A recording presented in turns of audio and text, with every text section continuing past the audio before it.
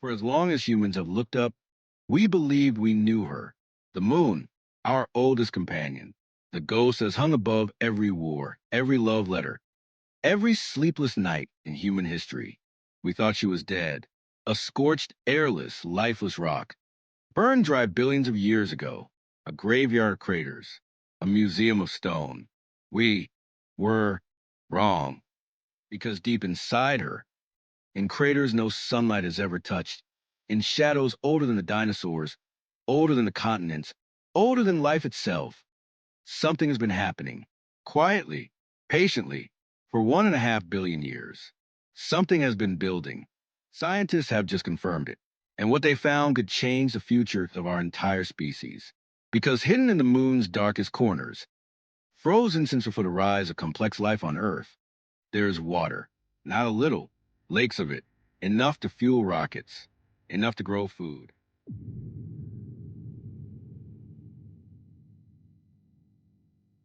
And the story of how it got there is one of the strangest detective stories in the history of science. This is that story. Stay with me. To understand why this discovery matters, we have to go back, not just a few years, not a few decades, a full century. The year is 1921. A quiet American rocket engineer named Robert Goddard writes down a strange idea. He suggests that there might be ice on the moon, trapped at the poles. People laugh at him. The moon, everyone knows, is a desert. How could there possibly be water? Goddard dies in 1945. Most of his peers never take the idea seriously. And yet, he was right. Fast forward. Humans finally reached the moon. Apollo 11, 1969. 6 missions land. Astronauts walk on the surface. They bring back rocks, hundreds of kilograms of lunar samples, and those rocks are bone dry. Not a trace of water, not a whisper of moisture. Every analysis confirms it. The moon is the driest place humanity has ever touched. Case closed, right? Except the astronauts only landed near the equator. They never set foot near the poles. They never peered into the deep black shadows. 1994, a small spacecraft called Clementine sweeps over the South Pole. Its instruments pick up an odd radar signature, the kind of reflection you'd get from ice. Then 1998, NASA's Lunar Prospector arrives. Different instrument, different method, and it finds the same thing. Hydrogen, lots of it, concentrated at both poles. By 2009, the mystery is boiling over. NASA deliberately crashes a rocket into a permanently dark crater called Cabeus.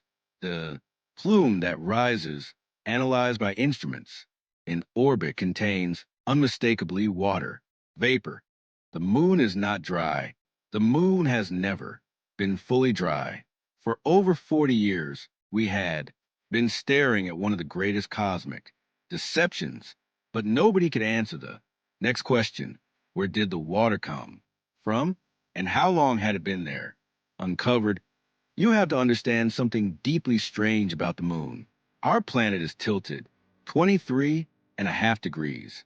That tilt is why we have seasons. The moon doesn't do that. The moon is almost perfectly upright. Its tilt is barely a degree and a half, which means the sun basically doesn't move. If you stood at the moon's south pole and looked up, you would see the sun hanging forever on the horizon, not rising, not setting, just sitting there, a pale disk, skimming the edge of the world for billions of years.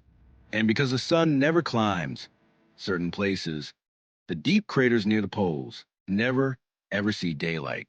Not for a million years. For billions of years. Inside these craters, something extraordinary happens.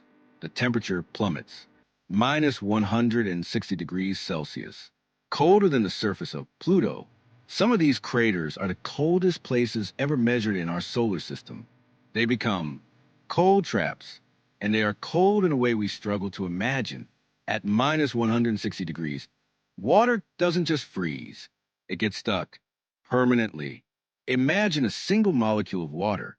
It drifts across the lunar surface, it bounces, it skips, and then it falls into one of these craters, and it can never, ever leave. There is no heat to evaporate it, no wind to blow it away. It just stays one molecule, then another, a slow, patient, invisible snowfall one atom at a time, until eventually, after millions upon millions of years, you have ice, buried, hidden, waiting.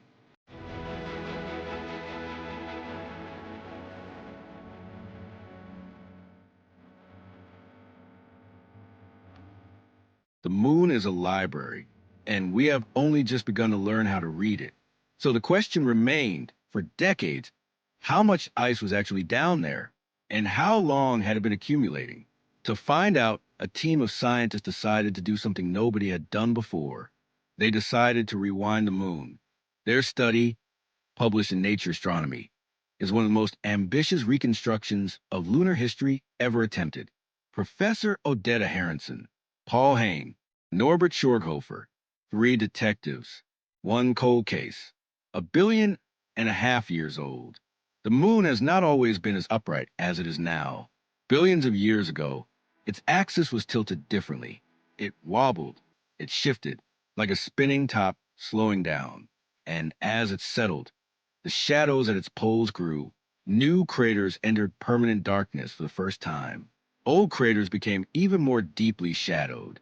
And each time a new region plunged into that eternal night, it became a cold trap, and it started collecting ice. The team realized something elegant. If ice had been accumulating gradually, then the older craters should contain more ice than the younger ones. And that is exactly what they found.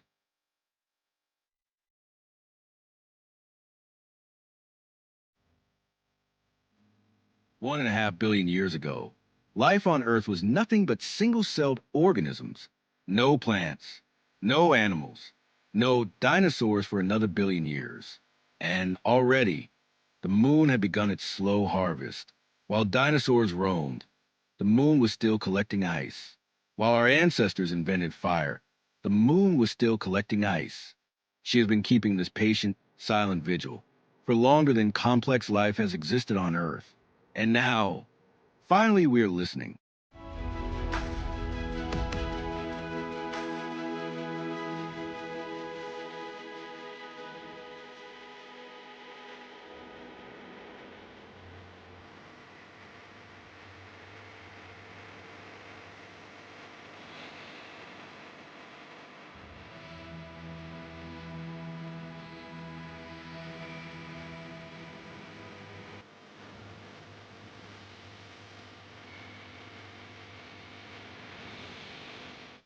But the story isn't finished, because knowing how long the ice has been accumulating doesn't tell us where it came from.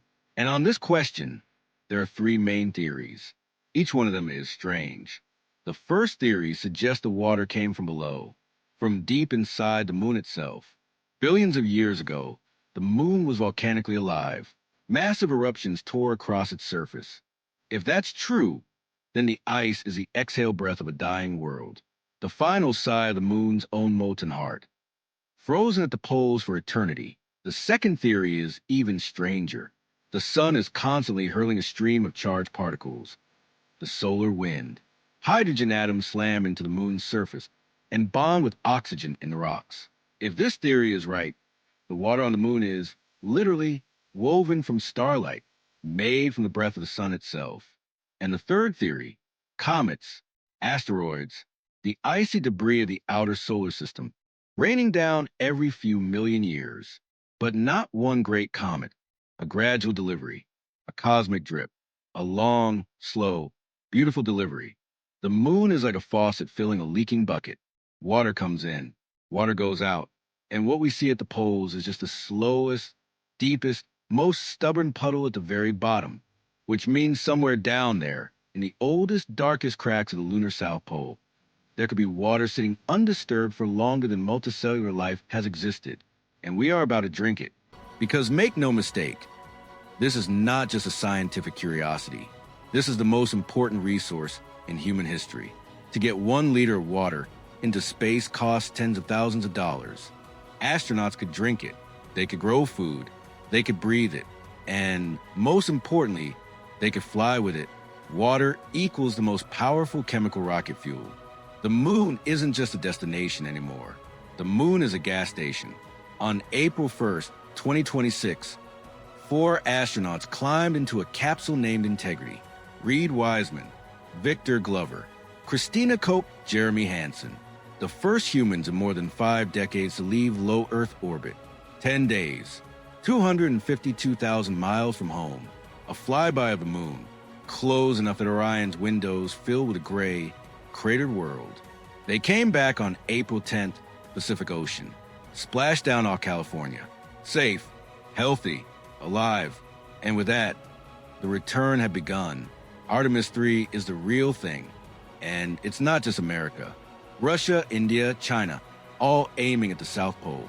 China's Chang'e 7 launches this year to hunt for water ice.